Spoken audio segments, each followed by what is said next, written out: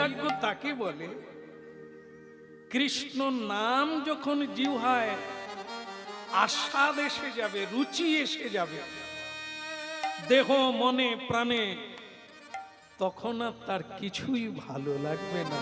হরি নাম